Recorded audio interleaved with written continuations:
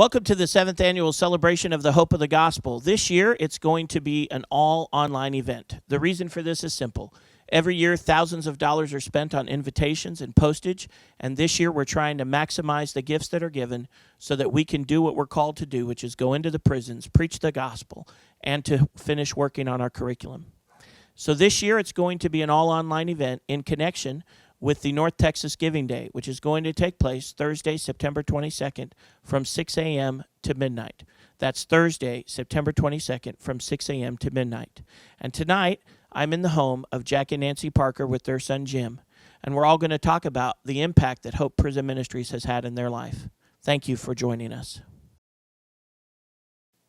Jim, I want to thank you for allowing us to come into your home tonight and to interview you and to talk about the impact that Hope Prison Ministries has had in your life. The first question that I want to ask you is very simple. Give us just a brief, very brief synopsis. The idea is for this whole video to take not more than 5 or 6 minutes. The first question that I want to ask you is give us just a brief synopsis of your history, how you came to be in prison, and some of the details surrounding that. And then I'd like for you to talk about Hope Prison Ministries, and I'll ask you some specific questions about it. My name is Jim Parker, 52 years old, just recently released from prison after serving 11 years for aggravated robbery behind use of drugs and alcohol. For like the last 20 years of my life prior to that, I had a problem with drugs and alcohol and never could seem to get a fix on the situation, and it just seemed to escalate over a period of time, always getting worse, never better, and up to the point where I last committed those crimes, which caused me to be incarcerated for 11 years. And Jim, now I'd like for you to just, you were already a Christian. I mean, Hope Prison Ministries was not responsible for your conversion per se. You had already become a Christian by the time we met you. But I would like for you to talk about the impact that Hope Prison Ministries had on your maturing in the faith. Talk to them about the difference between Hope Prison Ministry and other ministries that came into the prison. I met Chandler Fozard through Hope Prison Ministries at the Bird Unit around the 1st of 2010. We have certain slots for individuals that come in, and the slot came open, and Les Marlin brought Chandler Fozard in on that particular Sunday morning, and Chandler Fozard shared with us about his past and everything about him, what his hopes were for Hope Prison Ministry throughout the prison system. That morning, he gave about a good 30-minute sermon, and when he left, and I talked to some other guys, the spirit in me felt in tune with what he was saying to be true. I've sat through a lot of prison ministries and left out of there quite confused at the end of the message. Chandler Fozard seemed to have been trained well in the knowledge of theology. He came prepared with his sermons and taught us the Word of God. We stayed in the Bible and learned the Word of God. As that began the first day of a new relationship with Hope Prison Ministries and Chandler Fozard, over the years, Chandler Fozard brought great teachings to the Bird Unit. He also brought music. We were introduced to a new style of music. He brought a great teaching. We learned things that were never taught to us in the Bible.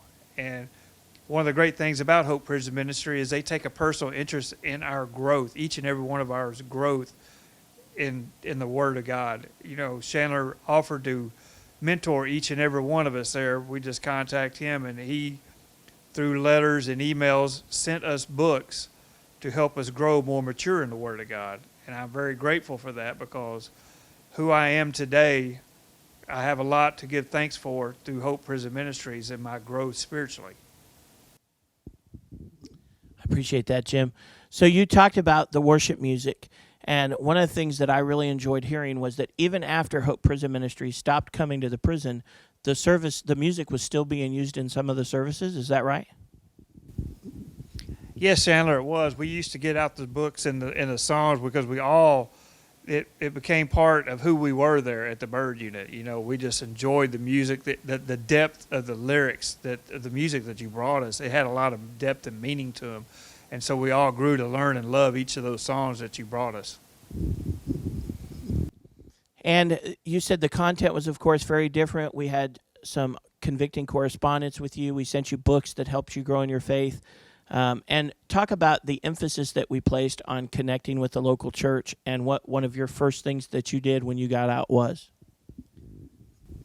One of the first things I did when I got out was contact Chandler Fozard and let him know I was out, and we talked about what church I would be going to, and he came down here all the way from Dallas to Lake Jackson to get with the associate pastor and get me seated into the Presbyterian church here in Lake Jackson, which I was quite thankful for that. You know, they not only are they looking out for our best interest in the prison, but once we were released, they are looking out for our best interest also. They continue a follow-up program to ensure that each and every one of us are going in the right direction once we're released from prison. Mr. and Mrs. Parker, you expressed at one point, after you had the occasion to meet with the parole officers, or one time you expressed that you felt like Hope Prison Ministries had a significant impact in the life of Jim. Would you just take a minute, one of you or both of you, take a minute and just acknowledge the difference that you saw in Jim from the time he started corresponding with us, as he continued to correspond, receive books, and the things that we sent him, the difference that you saw in him and his character?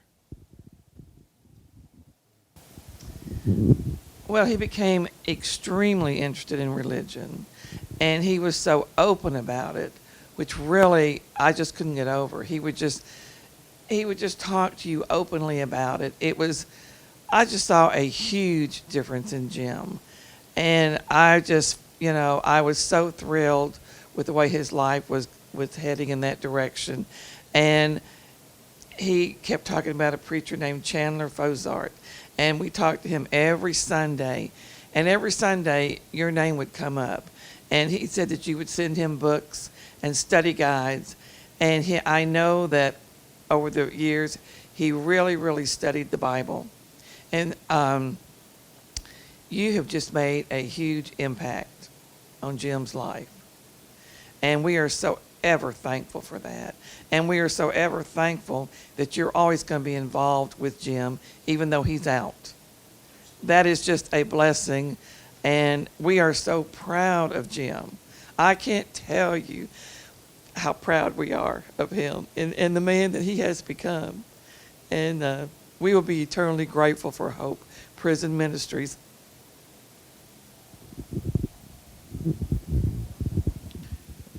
I'd like to thank you as well.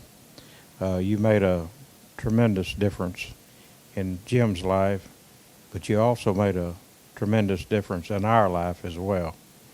You gave us hope.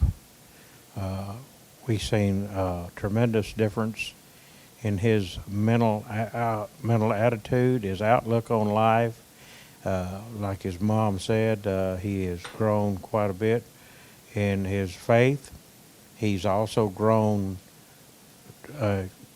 leaps and bounds in his social skills with the public. He's a more open person. When he communicates with you, he looks you in the eye. He's very open about his religion, about all aspects of his life. And we will be grateful for you from now on. We thank you.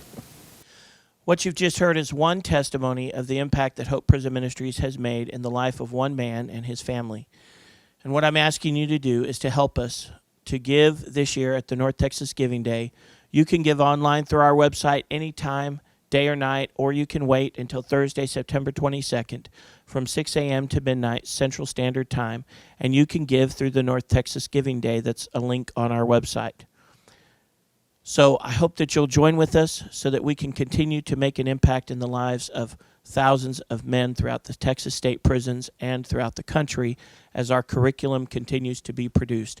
You can learn more about us online at, of course, www.hopeprisonministries.org. Thank you, and God bless.